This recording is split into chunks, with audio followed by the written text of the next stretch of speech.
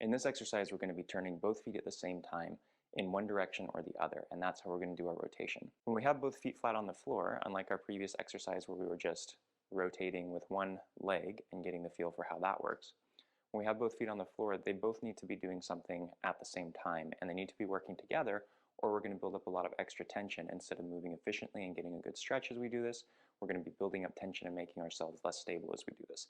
So we want to slow down and really take time to feel what's going on in our legs as we do this and connect it back to the previous exercises that we just talked about. For this exercise, you're going to stand with your feet a little bit wider than shoulder width apart. Instead of having them straight forward, you're going to turn them out to about 45-degree angles. So about 45 degrees this way for one side and about 45 degrees this way for the other side. From here, you're going to bend your knees slightly, and what you want to do is find that same alignment that we had when we were doing the standing Qigong practice.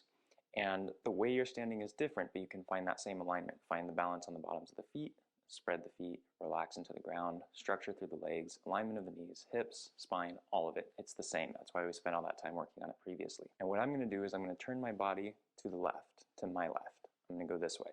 When I do that, I need an outward spiral going down my right leg if I'm going to the left. So this is that opening spiral or that opening movement on this side. This will be a closing spiral on this side. So if we were to take it back to our one leg at a time exercise, what would be happening is on my right leg, I'm doing this. On my left leg, I'm doing this. So when we do that at the same time, both feet rotate toward my right, and that allows me to push myself to the left.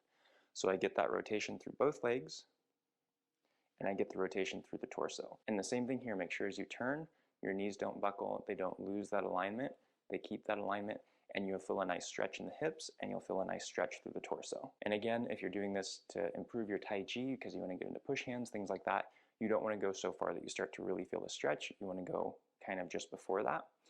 If you're doing this for health, then you rotate and you can get that stretch all the way through the body and actually make it a connective tissue stretch. So that's going to the left.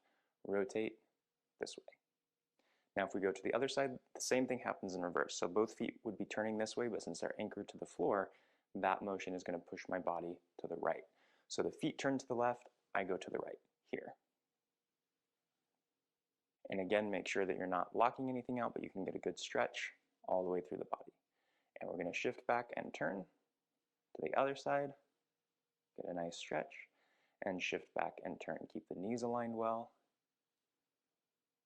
and shift back and stretch. Feet rotate in one direction, the upper body goes in the opposite direction. Keep good alignment, good balance. Feet twist to the opposite direction, and the body turns to the other side. Okay, so pretty straightforward. Rotation with the legs causes rotation through the body. And as you do this, what you want to look out for is a lot of times we'll add tension in the legs as we do this. And when we get over here, instead of having both legs pushing this way, this one will be pushing down or forward or back or somewhere other than twisting in that direction. Or this leg will be doing something else. And so what you want to do is slow down and check in with your body and find out where things are moving, where there's extra tension, or maybe there's not enough tension, and find that good stable spot. And if you get into a lot of Tai Chi training in the future, you'll find that that's happening pretty much all the time. Anytime you're shifting your weight from one leg to the other, you have that twist and that twist. And that helps coordinate the motion of the lower body, so it can add more strength and power to what the upper body's doing. And even if you're not interested in generating a lot of force with what you're doing with your upper body, learning to become aware of what your body's doing and coordinate the motion like that is really excellent for any type of motion you're doing in life. Now we're going to take our hand motion to a new level. So we were just going out and coming back. Now we're going to add a circle this way to that. So as you're coming back and in, the hand's turning palm up, right? So as it's coming back and in, it's going to come across the body here. It's going to start to turn palm down as it comes up, and then it's going to come back across the body here. So notice it's making that same full circle. By the time it gets here, thumbs down, just like when we extended here. And as it comes back, it's doing that upward turn as it comes across.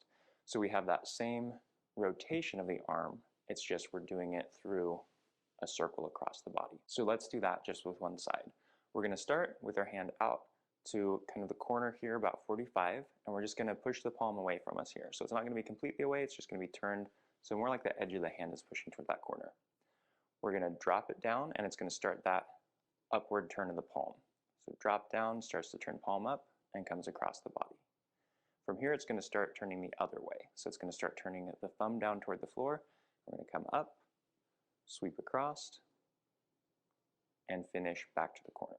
So we just made a circle, and we had our inward spiral and our outward spiral through the motion. So drop the hand down, starts to turn palm up, comes across the body toward the other side of the body. Once it reaches there, it's going to start to come back up to about shoulder height. It's going to start to turn palm down, and it's going to sweep back across to that corner. So you can inhale, drawing in, exhale, pushing out. Inhale, drawing in, exhale, pushing out. We'll do it a couple more times together. Inhale, draw in, exhale, push across. And with this, you can start to add rotation of the body. So we're going to rotate just kind of from the waist. We're not going to be turning the knees or anything like that. The bottom half is going to stay just stable like we did in the previous video. All that structure, all the alignment applies. We're just going from here. You can twist through the waist, come across, come up, twist through the waist, and across. And down, twist through the waist, and across, up, twist through the waist, and across. So we're getting some stretching of the spine, some rotation through the body here, and we're really loosening up the shoulder joint, the elbow, the wrist. Everything's getting a little bit of work, a little bit of loosening up and relaxation as we go through this motion. Now we're going to try the same thing on the other side. So same thing, we're going to put that hand out to that corner with the edge of the hand pointing there. It's going to drop down and start to turn palm up, come across the body. Going to turn palm down as it comes up, continue that rotation as we come across, and then back to that corner. Drop down, palm up, so inward spiral, start the outward spiral, across. Inward spiral, and start the outward spiral. And so you can inhale as it comes across, and exhale as it goes back to where it started. And it's easy to remember the inhale because the arm is kind of coming in toward you, inhale, and then the exhale, it starts its path out away from you, exhale. So that's pretty straightforward. It's just a circle in and out. As you come in, the hand goes low. As you go out, the hand goes high. As you come in, the hand is low. Out, the hand is high. Now, if you were to just practice those exercises, starting with just the leg by itself, then the leg by itself, then going to the feet at the same time, doing the arms with the circle, all of those are enough to really give you some good benefits from Tai Chi. These are foundational motions that are done through all of the Tai Chi forms and all of Tai Chi practice.